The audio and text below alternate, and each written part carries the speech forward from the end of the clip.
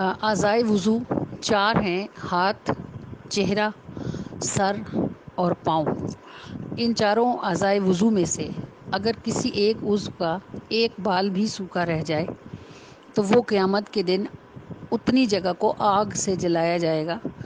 تو اسی لیے وضو کرنے میں احتیاطاً کونیوں سے اوپر تک دھویا جاتا ہے تاکہ کونی سے نیچے کی کوئی جگہ بغیر پانی کے نہ رہے۔ سر کا مسح چوتھائی حصے کا ہے، لیکن اس کو پچھلی سر تک کیا جاتا ہے تاکہ چوتھائی حصے سے ایک بال بھی کام نہ رہ جائے۔ اور اسی طرح پاؤں کو جب دھویا جاتا ہے تو ٹخنوں تک، گٹوں تک دھونے کا حکم ہے، لیکن تھوڑا اوپر دھویا جاتا ہے تاکہ احتیاط رہے اور کوئی بال سوکھا نہ رہ جائے۔ اگر ایک بال کی جگہ بھی سوکھی رہ جائے گی تو وضو نہیں ہوگا۔ جب نیل پالش لگائی جائے گی تو نیل پالش پورے ناخن کے اوپر ایک کور دیتی ہے جس کے نیچے ناخن چھپ جاتا ہے۔ اگر نیل پالش لگی ہوئی ہوگی تو ظاہر ہے پورے ناخن کے اوپر سے پانی نہیں گزرے گا، جس کی وجہ سے وضو ہی نہیں ہوگا۔ اور جب وضو نہیں تو پھر نماز کیسے؟ ایسا کچھ خواتین ایسے کرتی ہیں کہ وہ پارٹی وغیرہ میں جانے سے پہلے وضو کر لیتی ہیں اور پھر نیل پالش لگا لیتی ہیں۔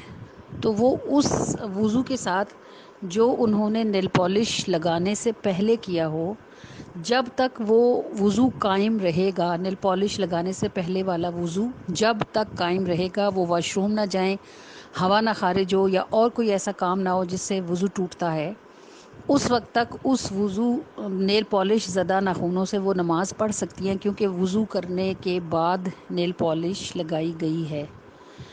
ایک مرتبہ جب وضو ٹوٹ جائے گا تو دوبارہ نماز پڑھنے کے لیے نیل پالش اتارے بغیر وضو نہیں ہوگا۔ اور اس میں اتنی احتیاط ہے کہ جو خواتین وضو نیل پالش استعمال کرتی ہیں، اگر پاکی کے غسل میں ایک بال جتنی جگہ بھی بغیر پانی ڈالے رہ گئی ناخنوں پر تو ان کا غسل ہی نہیں اترے گا۔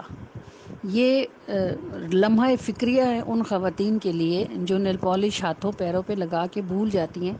وہ آدھی لگی ہوتی ہے، آدھی اتری ہوتی ہے، اور اس میں وہ کتنی ہی مرتبہ پاکی کا غسل بھی کرتی ہیں، ختموں پہ بھی جاتی ہیں، قرآن خوانیوں پہ جاتی ہیں، بچوں کو سپارے پڑھاتی ہیں، پکڑاتی ہیں، لے کے رکھتی ہیں، اور ہر بار جب وہ ایسا کوئی کام کرتی ہیں تو وہ حرام کی مرتکب ہو رہی ہوتی ہیں، حرام کی۔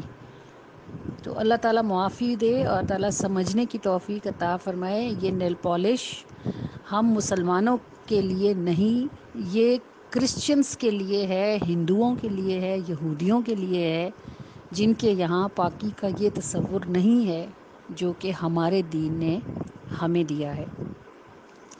دوسری بات آئی میک اپ کیا ہوا ہو نماز پڑھنے کی، تو اگر میک اپ کرنے سے پہلے وضو کر لیا ہے تو وضو ہے، نماز پڑھی جا سکتی ہے، جبکہ میک اپ میں کوئی حرام چیز استعمال نہ ہوئی ہو، خاص طور پر ایسا اسپرے جس میں الکوہل شامل ہو، اور اس کے ساتھ نماز نہیں ہوگی۔ اگر وضو کر کے میک اپ کیا ہے تو جتنی دیر تک وضو رہے گا وہی نیل پالش والی شرط ہے، جتنی دیر تک وضو اس میک اپ کے نیچے باقی ہے اس وقت تک نماز پڑھی جا سکتی ہے۔ اگر وضو ٹوٹ گیا ہے تو میک اپ زدہ چہرے پر دوبارہ سے وضو کریں اور اس طرح کریں کہ سارا میک اپ اتر جائے۔ لیشز اگر لگائی ہوئی ہیں تو ان کی گم جو نیچے ہے وہ آنکھوں کو بھیگنے نہیں دے گی، لیشز اتارنی پڑیں گی۔ اگر آپ نے لپسٹک لگائی ہوئی ہے تو اس کو بھی آپ کو لائٹ کرنا پڑے گا اگر وہ بہت گاڑھی تہہ میں لگی ہوئی ہے تو، اور same like that make up اترے گا تو تب وضو ہوگا۔ ایسا نہیں ہے کہ آپ نے میک اپ کیا ہوا ہے اور آپ بے وضو یا تیمم کر لیں، اس طرح نہ تیمم کی پرمیشن ہے اور نہ ہی ایسے نماز کی پرمیشن ہے۔ نیل پالش اور میک اپ دونوں صورتوں میں لگانے سے پہلے اگر وضو ہے تو جب تک وہ وضو باقی رہے گا اس وقت تک نماز تلاوت ہو سکتی ہے۔ جب وہ وضو ٹوٹ جائے گا تو دونوں چیزوں کو اتار کر وضو کرنا پڑے گا، ان کے بغیر وضو نہیں ہے۔ اللہ کرے کہ آپ کو میری بات سمجھ آئی ہو، کوشش میں نے کی ہے، پھر بھی اگر آپ کے لیے کوئی الجھن ہو تو آپ دوبارہ بھی کوشچن کر سکتے ہیں۔ السلام علیکم ورحمۃ اللہ وبرکاتہ۔